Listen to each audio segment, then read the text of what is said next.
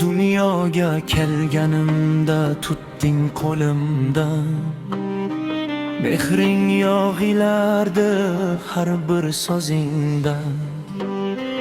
Tunlari uxlamay ko'z tikib menga, baxt izlab yurarding mening yo'limdan.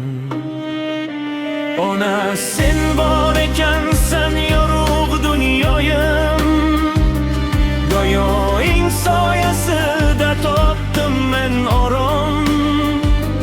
Qalbimning eng toza, eng aziz joyi sen bilan go'zaldir har bir lahzam.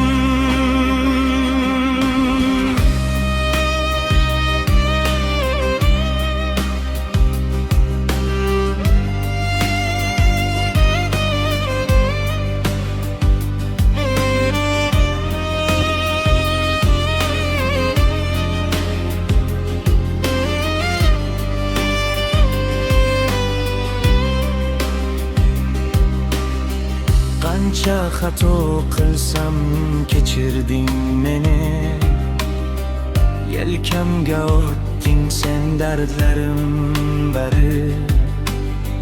Men uchun kularding ko'ngling yig'lasa, senga teng kelolmas bu dunyo zari. Ona sen bor ekansan yorug' dunyoyim, go'yoing soyasida topdim men orom. Qalbimning eng toza, eng aziz joyi sen bilan go'zaldir har bir lahzam.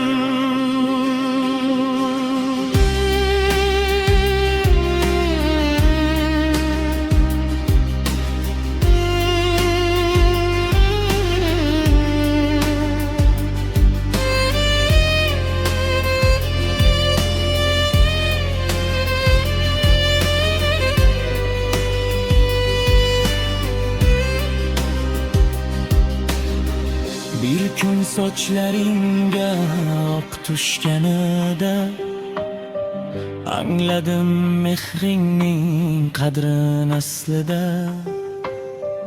Bor ekaning baxtdir yonimda qolgan, jannat hidin sezdim sening bag'ringda.